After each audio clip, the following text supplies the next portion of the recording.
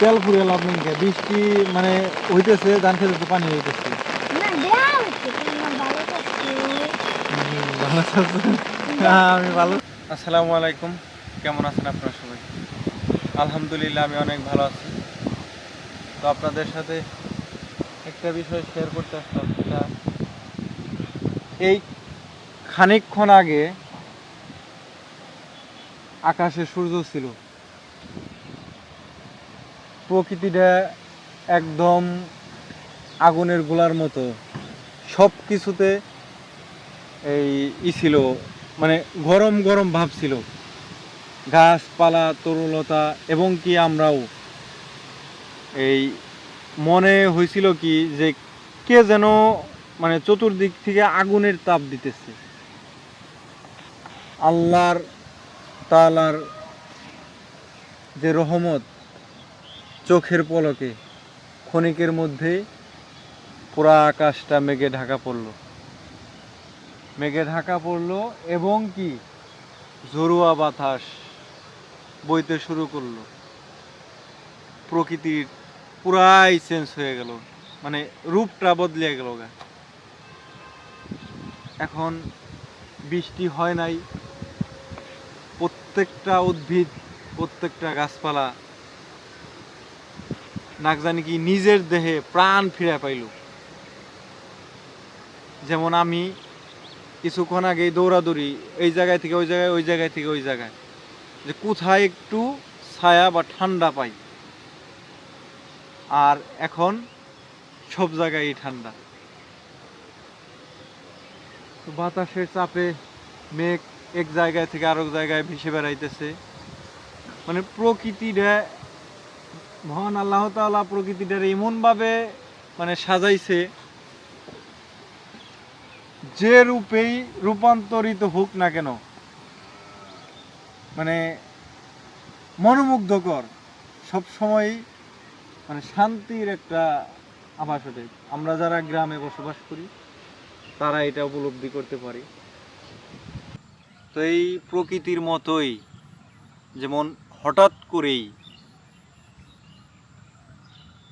প্রকৃতির এক রূপে থেকে আরেক রূপে রূপান্তরিত হয়, এরকম আমাদের সমাজে বহুত রূপ বদলানো লোক আছে, ক্ষণিকের মধ্যেই রূপ বদলিয়ে ফেলায়।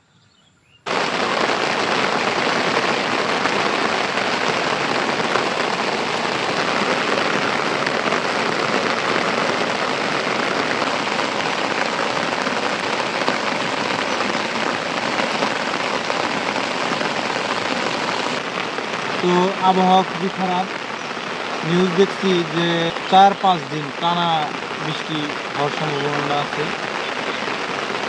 আমার এই ধানের জমির জন্য খুবই উপকারী বৃষ্টিটা হইতেছে, তবে অতটা উপকারী না, যেহেতু ধানের ছড়ায় যে মাত্র বের হইতেছে। টানা 4-5 দিন বৃষ্টি হইলে তো এই ছড়ার মধ্যে ধান মিসিং হওয়ার সম্ভাবনা আছে, তাই না? হ্যাঁ। তো যাই হোক, তারপরেও যেহেতু পানি দেওয়া লাগতো, ওই পানিটা দেওয়া লাগবে না। কিন্তু এই যে গত কালকে বেগুনের চারা রোপণ করছি, যদিও রৌদ্রের কারণে বেগুনের চারার মাথাটা নুয়ে পড়ছে, আবার রাত গেলেই সকালবেলায় সবগুলো মাথা খারিয়ে যাবে। যারা সবজির চাষ করেন তারা হয়তো বা জানেন। এখন এইটার পানির প্রয়োজন নাই, আপাতত নাই। মানে টানা যদি 5 দিন বৃষ্টি থাকে তাহলে তো সমস্যা হবে, বেগুনের চারার সমস্যা হবে। এই জন্য চলে আসলাম পানি নিষ্কাশনের জন্য, যাতে কিছুটা হলেও রক্ষা করা যায়, মানে পানি বৃষ্টি পড়লে পানিটা যাতে জমাট বেঁধে না থাকে।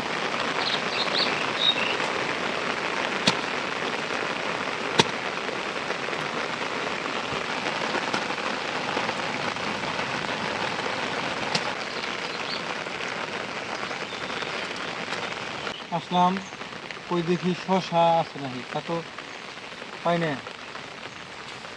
হ্যাঁ, আমি একটা দেখতে পাচ্ছি,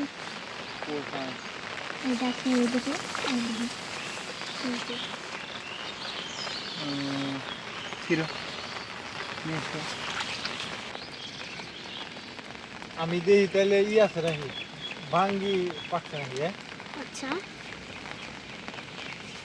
হ্যাঁ ওটা হলো বাহারে পড়ে গেছে আর এটা দেখ ওটা হলো ওই যে পোকা করছে। না বুঝা হুম আই হ্যাঁ মনে হয় দেখাস নাই কেন নাকি না আসলেও তো বুঝে গেছে এই দেখ একবার পয়সা গেছে কেন পাইকে পড়ে পড়ে ওটার মধ্যে এই তো আছে দেখেন বীজ আছে, বীজ নিয়ে যাও। নাই বীজটা আছে এই যে কিছু আছে মানে যদিও এই যে জায়গায় নষ্ট হয়েছিল এক সাইড একটু মানে এই যে বল্লাই করছিল বুঝছো না এই যে হ্যাঁ হ্যাঁ এই যে পড়ছে এই সাইড থেতলে গেছে সম্ভবত পড়ছে কালকে মানে কালকে বলতে রাত্রে আর কি বুঝছি বুঝছি। দাঁড়ি করে নাই এটা হলো দেশি লাই দেশি দেশি লাউ এটা এটা তো সাধারণত বাঙ্গি বলে তাই না কিন্তু এটি হয়েছে কিন্তু চাল কুমড়ার মতো হ্যাঁ একবারে সেম টু সেম চাল কুমড়া, হ্যাঁ সেম টু সেম চাল কুমড়া। এটা রিলা খারাপ বীজ বীজ হ্যাঁ ওই যে একটা লাল দেখা যায় ওটা পাকছে না, ওই যে উপরে। ওই যে তো এটা ওই এটা নষ্ট নষ্ট হয়ে গেছে যে পোকার আক্রমণ হয়েছে এই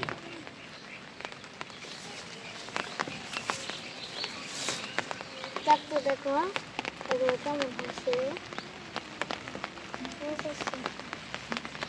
দেখো এগুলো কেমন চলো বাড়িতে যাই দেখো দুই একটা আরো পাও কিনা বাইতে গেলেই তো তারা কই বনি যে আমার শশা কই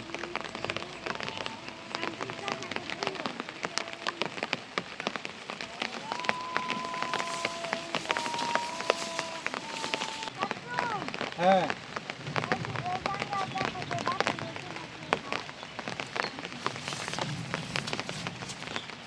বড় না হলে সৃষ্টি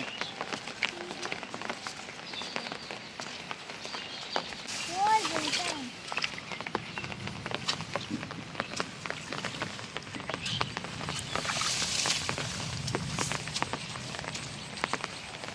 না এটা ছোট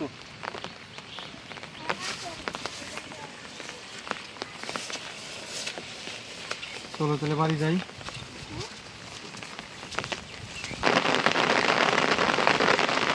দেখো আমি নতুন লাইফে আপনার কাছে না আর দেখতে যাই বৃষ্টি হইতেছে বৃষ্টি কিন্তু বৃষ্টি হচ্ছে কি বলবে না এলে হয়ে যাবে অগ্নেশ নষ্ট হয়ে যাবে না শোনা যাচ্ছে নতুন লাইফে তেল ফুরিয়ে লাভ নেই কে বৃষ্টি মানে হইতেছে ধান খেতে তো পানি হইতেছে না দেয়া হচ্ছে তোমার ভালো করছে ভালো চাচ্ছ হ্যাঁ আমি ভালো চাচ্ছি দেও এত করে কইছে 100 কুশল করে দেন। না বৃষ্টি হইতেছে যেহেতু শোল ভিজে অল্প একটু পানি টিউবওয়েল থেকে নিলে তাই তো শখ করছে, শখ করে না যাওয়া।